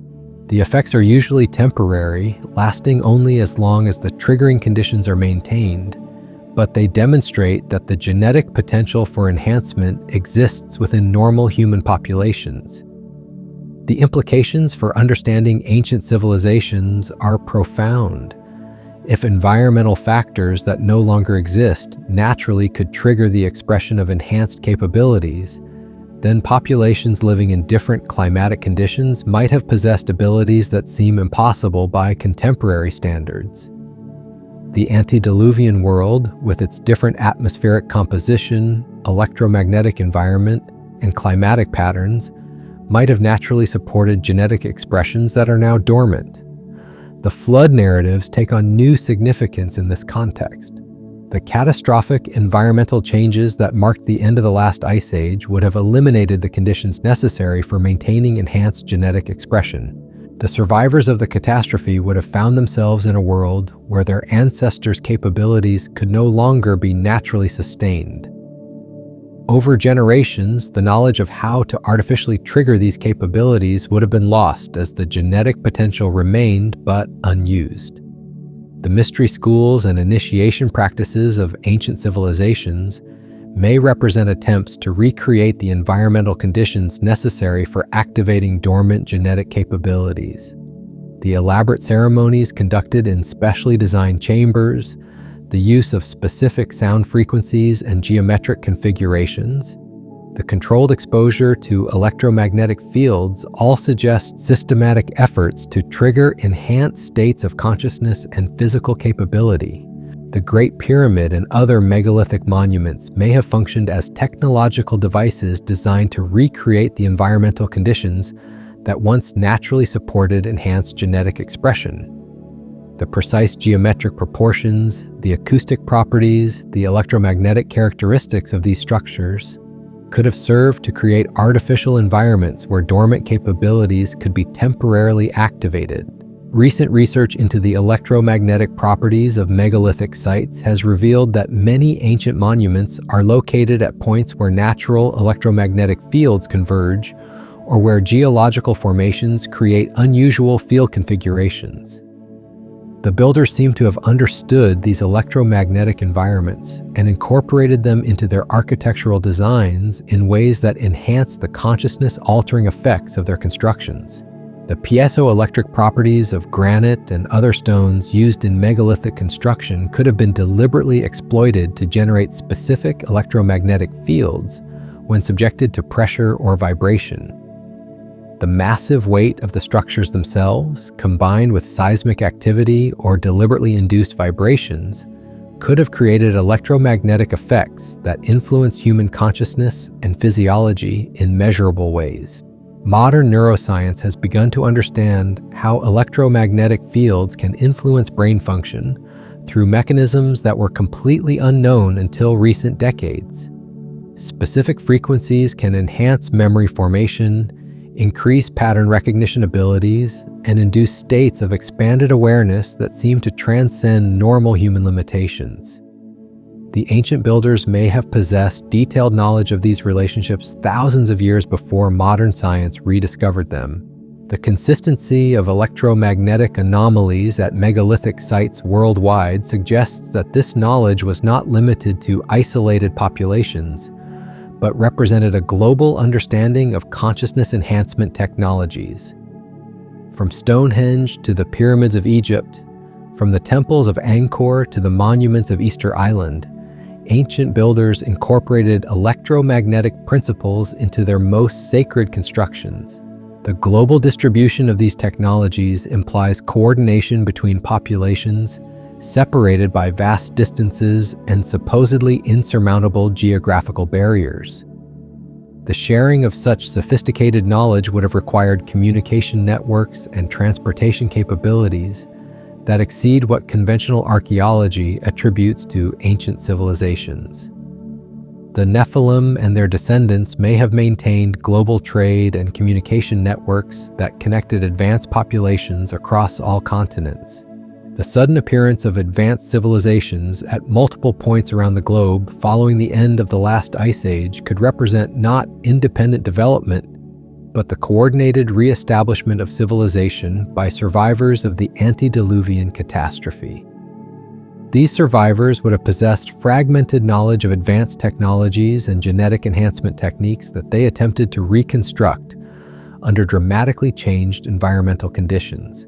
The variations in architectural styles and cultural practices between ancient civilizations could reflect different approaches to solving the same fundamental problem: how to maintain enhanced human capabilities in a post-catastrophic world where the natural environmental conditions that once supported such abilities no longer existed. Each civilization developed its own methods for artificially recreating the necessary conditions, resulting in the diverse array of megalithic technologies found worldwide. The gradual decline in construction sophistication evident in the archaeological record could reflect the progressive loss of knowledge as the original survivors died, and their descendants inherited increasingly incomplete understanding of the enhancement technologies. By the time written history begins, human civilizations were already struggling to maintain monuments. They could no longer build and preserve capabilities they no longer fully understood. The priesthoods and mystery schools that emerged in later civilizations represented attempts to preserve fragments of this lost knowledge through oral tradition and ritual practice. The elaborate initiation ceremonies, the secret teachings, the carefully guarded mysteries all serve to maintain techniques for temporarily accessing enhanced states of consciousness and capability. These practices represented not primitive superstition, but sophisticated applications of principles that had once been commonly understood. The development of written language may itself represent a response to the loss of enhanced memory capabilities that had once made writing unnecessary. Populations with expanded cognitive abilities would have possessed perfect recall and the capacity to maintain complex information systems through oral tradition alone. The need for external memory storage through writing suggests a decline in natural memory capabilities that had once been taken for granted. The emergence of hierarchical social structures in ancient civilizations could reflect attempts to concentrate remaining genetic potential within specific bloodlines while managing populations that had lost most of their ancestral capabilities. The elaborate genealogical records maintained by ancient ruling classes serve not just ceremonial purposes but practical functions for preserving genetic lineages that carry dormant enhancement potential. The practice of royal intermarriage within ancient dynasties makes perfect sense when viewed as genetic preservation strategy. By carefully controlling breeding patterns, ruling classes could concentrate beneficial genetic variants while minimizing the dilution that occurred through random mating with general populations. The physical and cognitive abnormalities that often resulted from such practices represented the price paid for maintaining genetic capabilities that were becoming increasingly rare. The sudden collapse of ancient civilizations often coincides with the failure of these genetic preservation strategies. When ruling bloodlines became too inbred to maintain viability, or when environmental conditions changed sufficiently to deactivate remaining genetic capabilities, entire civilizations could collapse within generations. The loss of enhanced leadership capabilities would have made it impossible to maintain the complex social and technological systems that depended on cognitive abilities beyond normal human range. The cyclical nature of civilizational rise and decline evident in the archaeological record could reflect the periodic reemergence and subsequent loss of genetic capabilities that enable advanced social organization. During favorable environmental periods, dormant genetic potential could be reactivated, leading to rapid civilizational advancement. As conditions changed or genetic lineages became degraded, these capabilities would be lost again, triggering civilizational collapse and regression to simpler social forms. This cyclical model explains many anomalies in human history that linear progress narratives cannot address. The apparent technological regression that occurred after the fall of ancient civilizations, the loss of construction techniques and scientific knowledge that were not recovered for thousands of years, the mysterious disappearance of entire populations that had achieved remarkable cultural and technological sophistication. Our contemporary civilization may be approaching another of these critical transition points. The development of genetic engineering technologies, artificial intelligence systems, and consciousness enhancement techniques could enable us to artificially recreate capabilities that once emerged naturally through genetic and environmental factors. The choices we make regarding these technologies will determine whether we repeat the patterns that led to the collapse of previous advanced civilizations or transcend them to achieve sustainable enhancement of human potential. The ancient texts that describe the corruption and violence of the antediluvian world serve as warnings about the dangers inherent in genetic and technological enhancement without corresponding ethical development. The superior capabilities of the Nephilim became instruments of oppression and exploitation rather than tools for improving the human condition. The flood that destroyed their civilization may represent not divine judgment, but the natural consequences of unchecked power concentration and moral regression. As we stand on the threshold of capabilities that could surpass those of the ancient giants, we must carefully consider whether we possess the wisdom necessary to avoid their fate. The genetic potential that flows through human bloodlines carries both promise and peril. The same enhancements that could eliminate disease, extend lifespan, and expand consciousness could also create inequalities and power imbalances that threaten the stability of human civilization. The monuments left by the ancient giants serve as more than archaeological curiosities. They function as libraries encoded in stone, preserving knowledge and warnings for civilizations that develop sufficient sophistication to decode their messages. The mathematical constants embedded in their proportions, the astronomical alignments that track celestial cycles, the acoustic properties that influence consciousness all represent information systems designed to communicate across vast spans of time. Understanding these messages requires not just technological capability, but ethical maturity. The knowledge preserved in ancient monuments could enable unprecedented human advancement, but only if we approach it with wisdom learned from the failures of previous civilizations. The choice between transcendence and destruction may ultimately depend not on our technical abilities, but on our moral development. The story of the Nephilim continues to unfold as new discoveries reveal the true scope of ancient human achievement and the genetic legacy that connects us to our enhanced ancestors. Each archaeological site that demonstrates impossible construction capabilities, each genetic marker that suggests dormant enhancement potential, each mythological tradition that preserves memories of giant rulers adds to our understanding of both human potential and human responsibility. We are not the first civilization to stand at this crossroads, and we may not be the last. The choices we make regarding genetic enhancement and consciousness expansion will echo across future millennia, determining whether our descendants inherit a world of unprecedented capability and wisdom, or face another catastrophic reset that erases our achievements and forces humanity to begin again from the ruins of its own ambitions. The bloodlines that once carried the spark of the ancient giants have not vanished entirely from the earth. They flow like underground rivers through human populations, surfacing occasionally in individuals whose capabilities hint at ancestral inheritance far beyond ordinary human range.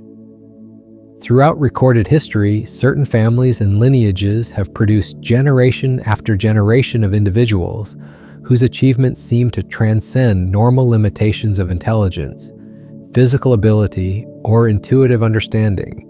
The royal bloodlines of Europe maintain meticulous genealogical records that trace their ancestry back to legendary figures whose descriptions align remarkably well with the Nephilim narratives.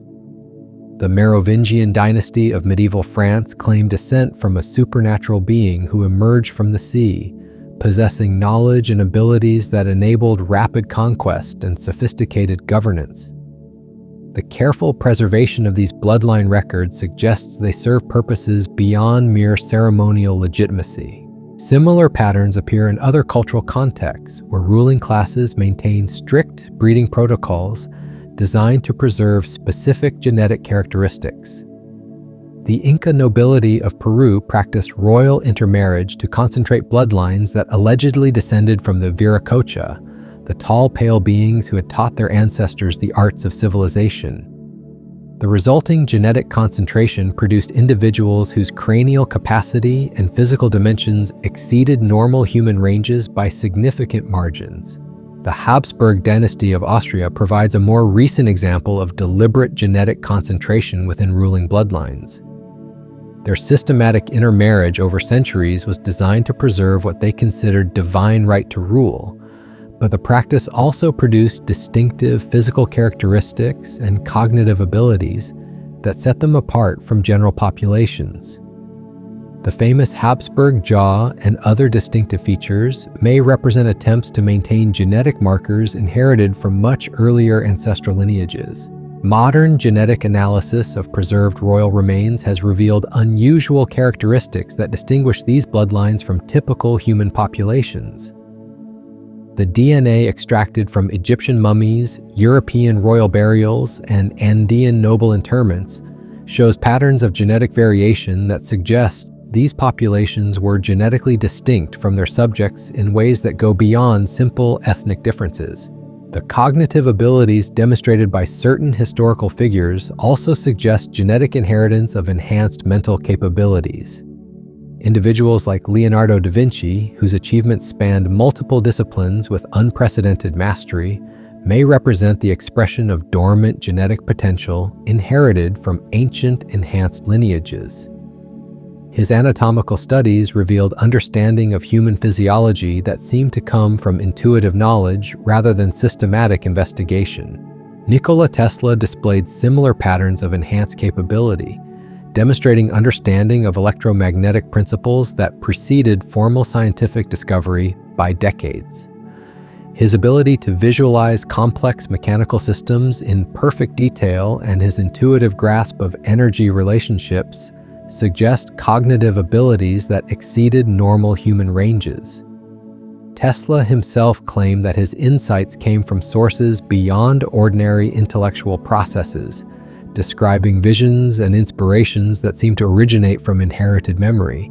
The mathematical prodigies who appear periodically throughout history often display capabilities that cannot be explained by environmental factors or educational advantages alone.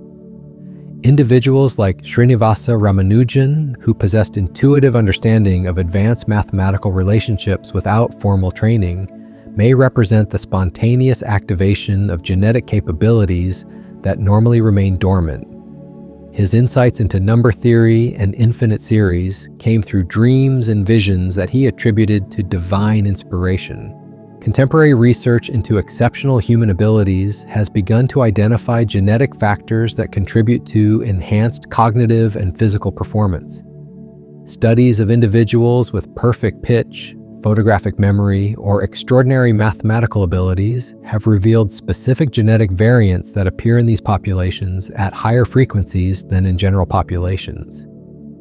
The distribution patterns of these genetic markers suggest they may represent fragments of more comprehensive enhancement systems that once existed in ancestral populations. The phenomenon of child prodigies provides particularly compelling evidence for genetic inheritance of enhanced capabilities. Children who demonstrate adult-level mastery of complex subjects before formal education begins cannot have acquired their abilities through normal learning processes. Their capabilities must emerge from genetic instructions that enable accelerated development or direct access to inherited knowledge systems.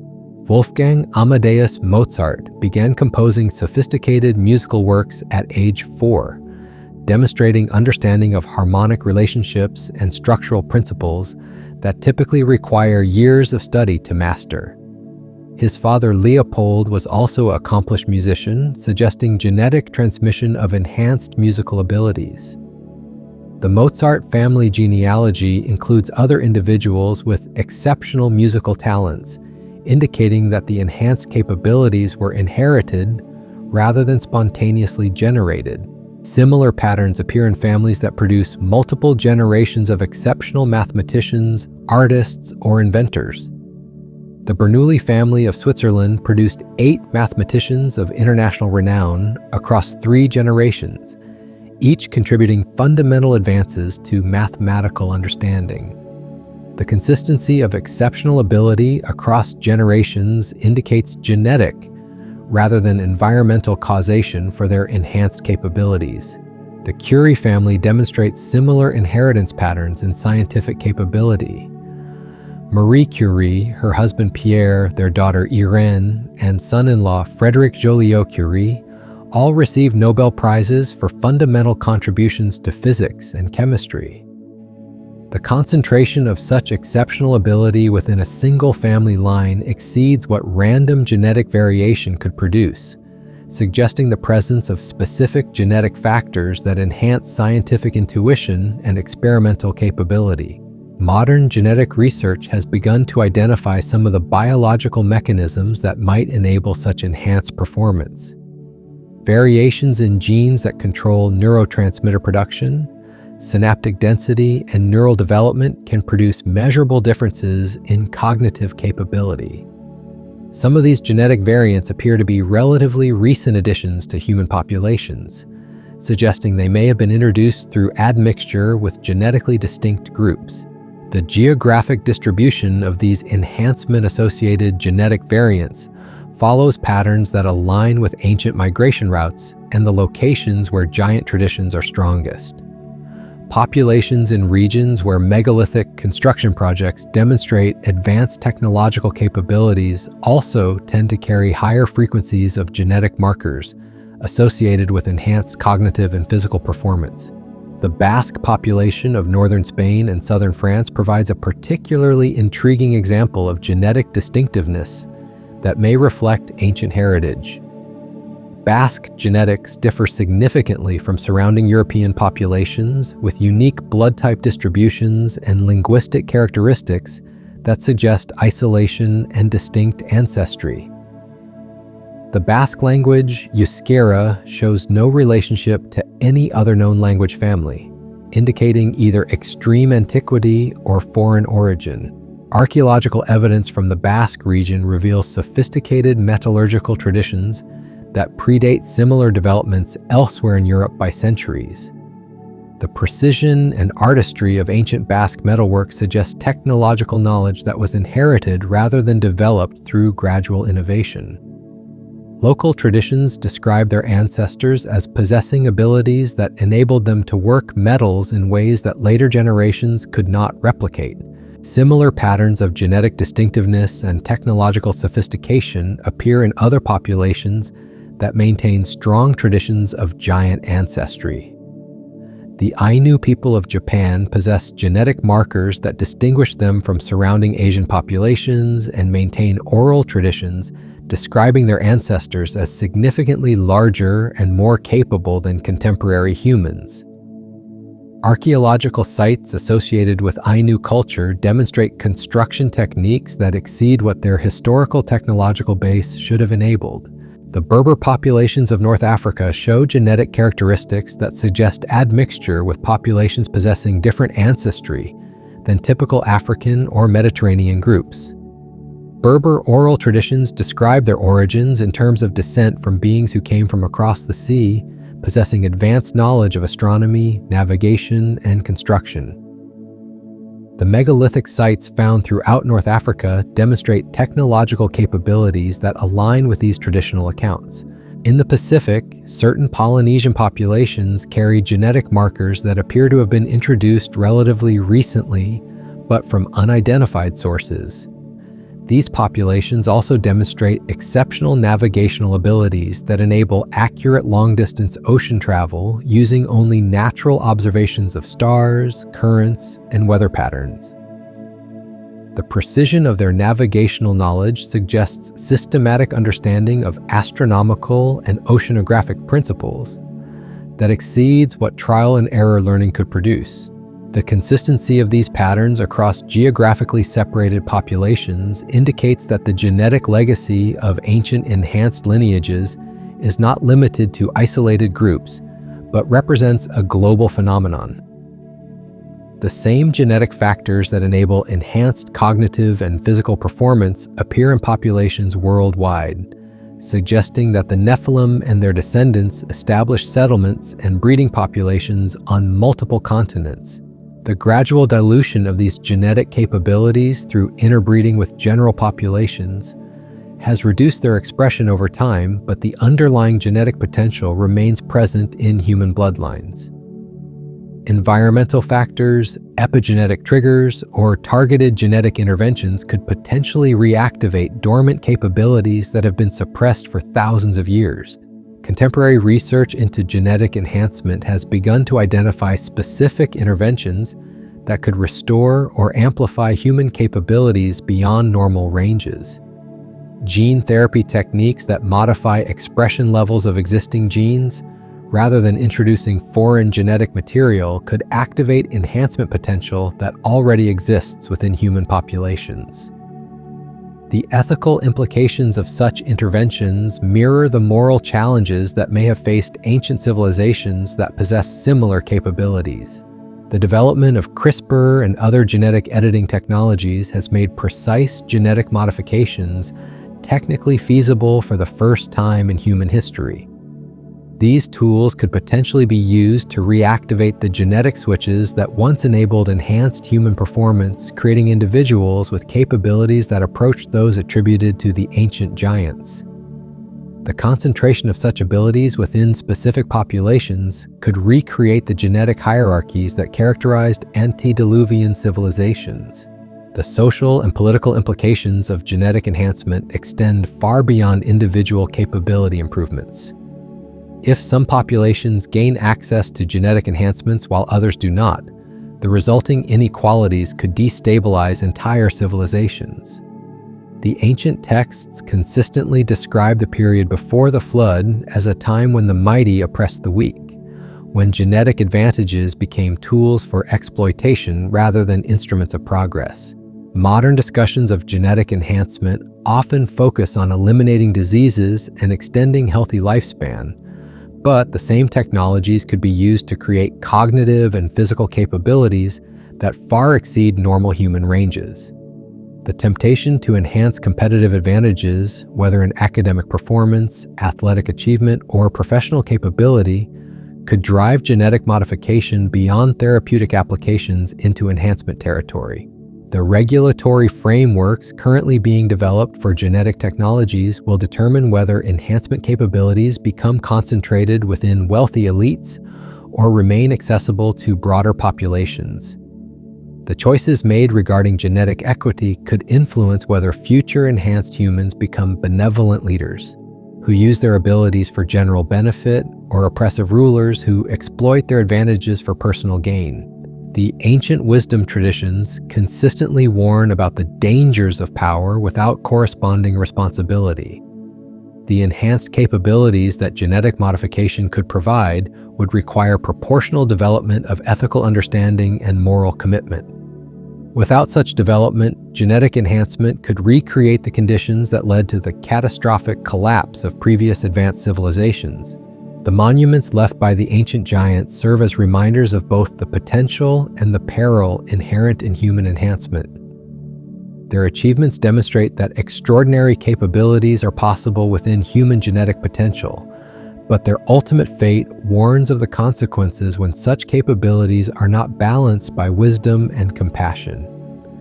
The choice between transcendence and destruction may depend less on our technical abilities than on our moral development. As genetic enhancement technologies continue to advance, we approach a threshold where the dormant potential inherited from our ancient ancestors could be reawakened and amplified beyond its original expression. The decisions we make regarding these capabilities will determine whether we repeat the patterns that led to previous civilizational collapses or transcend them to achieve sustainable enhancement of human potential. The story of the Nephilim is ultimately the story of human potential itself, told across the vast scales of genetic and cultural evolution. Their rise and fall represents a cycle that may repeat until humanity learns to balance power with wisdom, capability with compassion, and individual enhancement with collective benefit. The genetic keys they embedded in human bloodlines await our decision about how to use them, carrying within themselves both the promise of unprecedented achievement and the warning of its potential cost.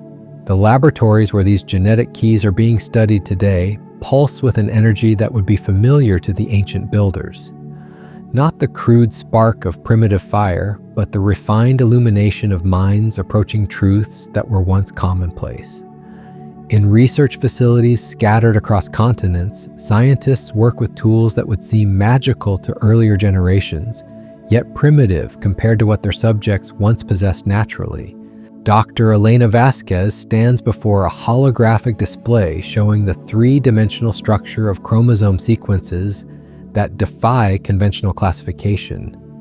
The patterns spiral in configurations that suggest not random mutation, but deliberate design, as though someone had written instructions in the language of DNA itself.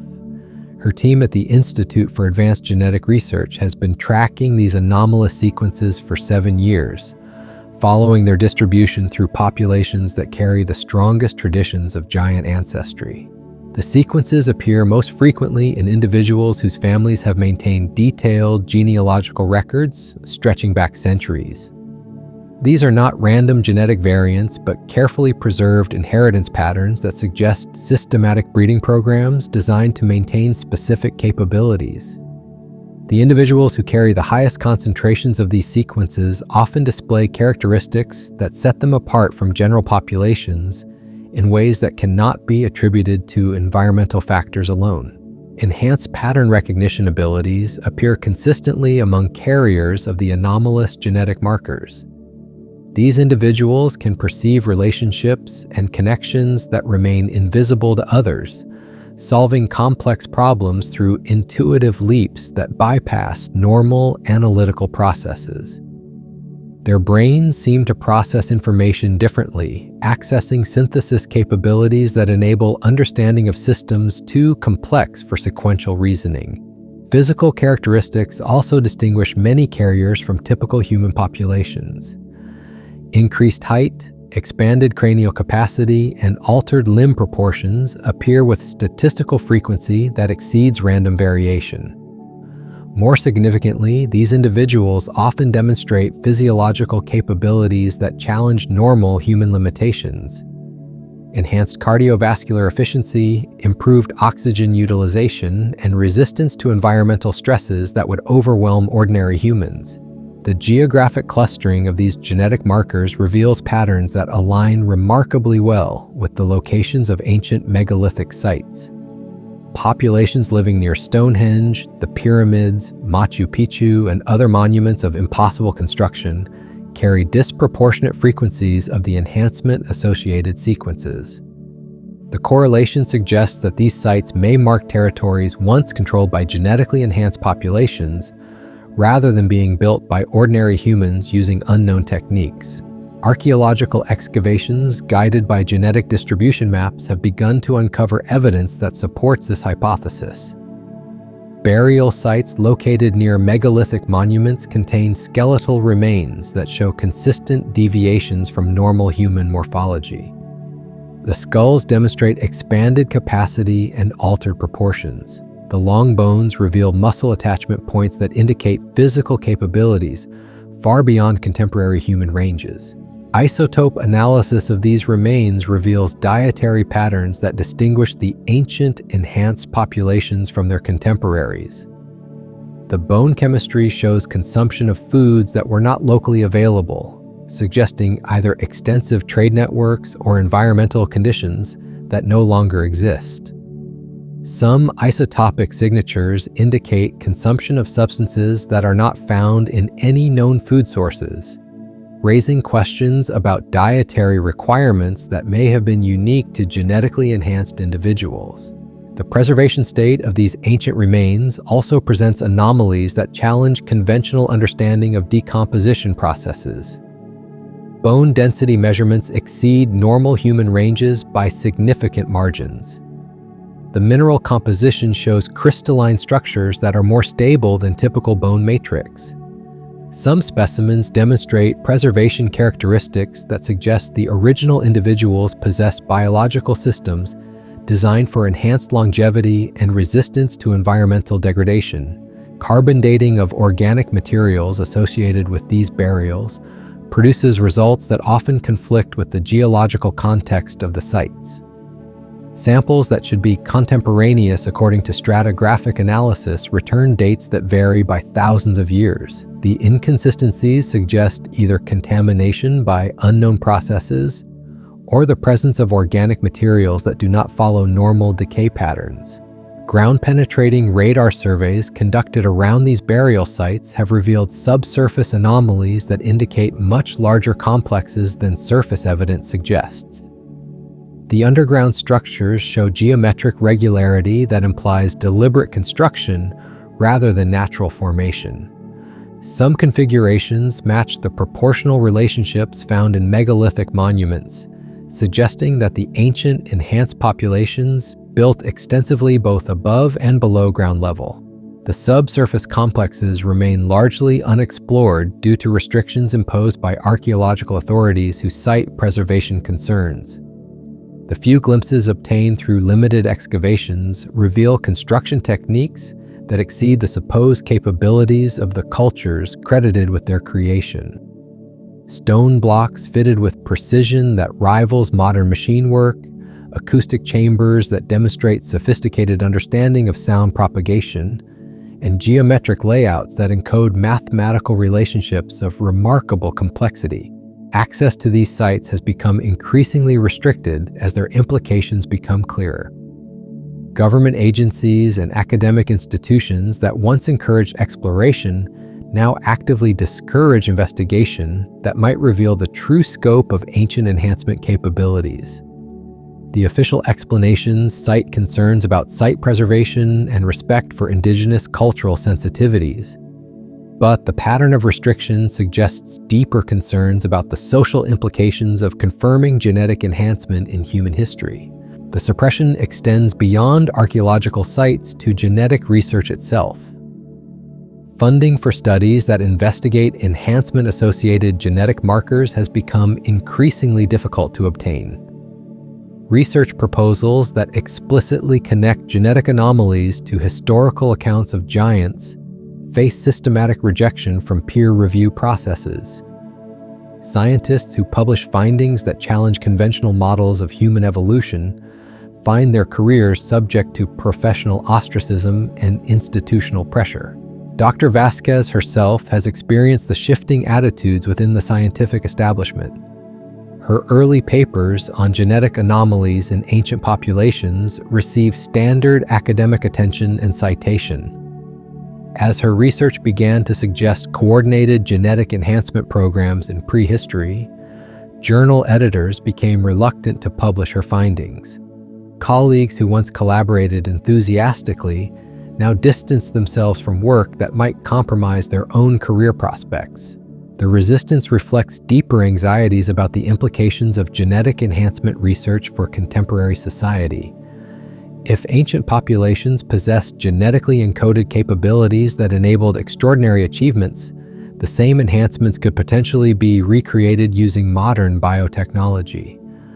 The social disruption that could result from the emergence of genetically enhanced populations might destabilize existing power structures and challenge fundamental assumptions about human equality. Political leaders and policymakers who become aware of genetic enhancement research express concerns about maintaining social stability in the face of potentially revolutionary discoveries.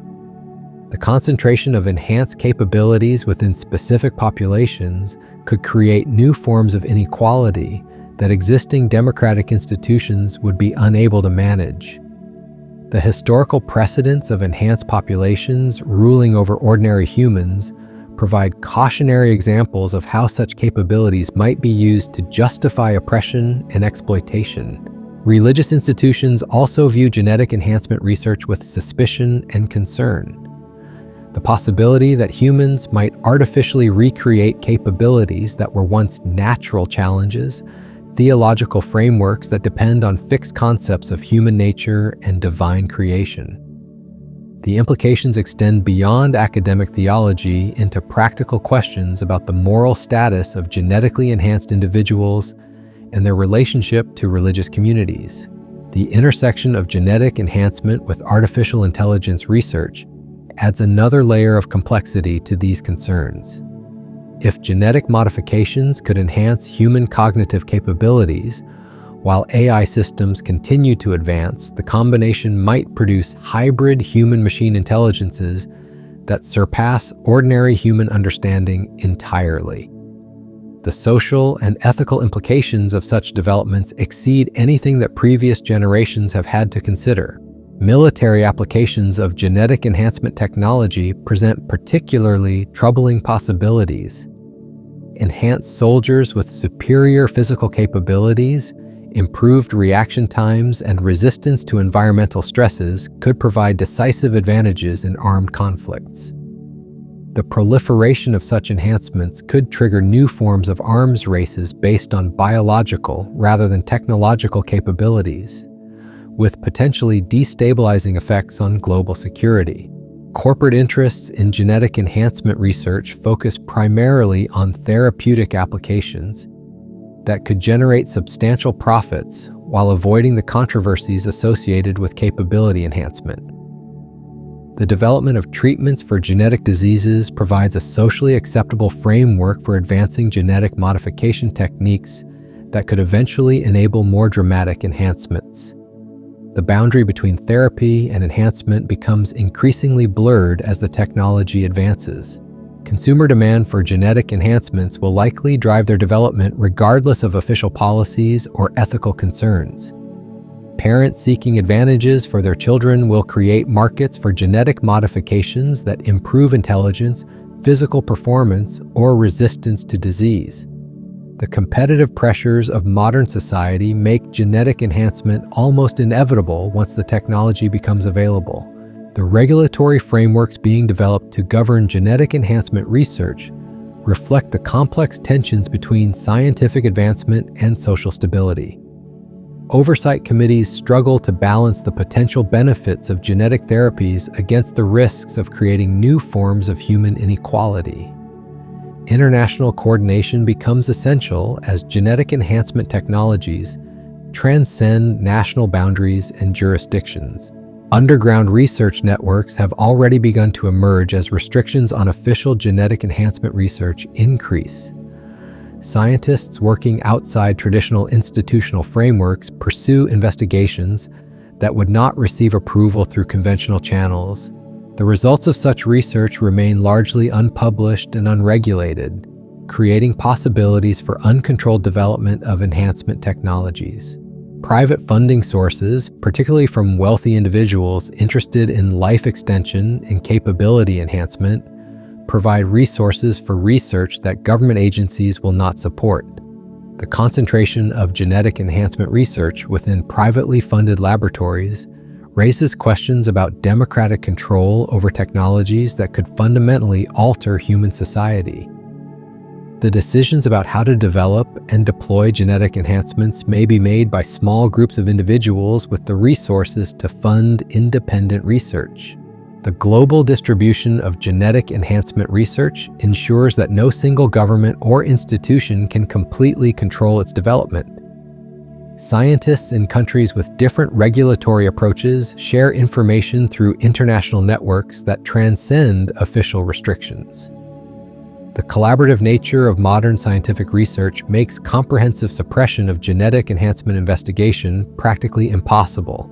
Commercial genetic testing services have inadvertently accelerated the identification of enhancement-associated genetic markers by creating databases that contain genetic information from millions of individuals. Analysis of these databases reveals distribution patterns and marker frequencies that would have required decades of targeted research to discover through conventional methods. The democratization of genetic information provides resources for enhancement research that operate outside traditional academic and governmental control. The implications extend beyond human enhancement to fundamental questions about the nature of consciousness, intelligence, and identity. If genetic modifications can enhance cognitive capabilities, they might also alter the subjective experience of consciousness itself.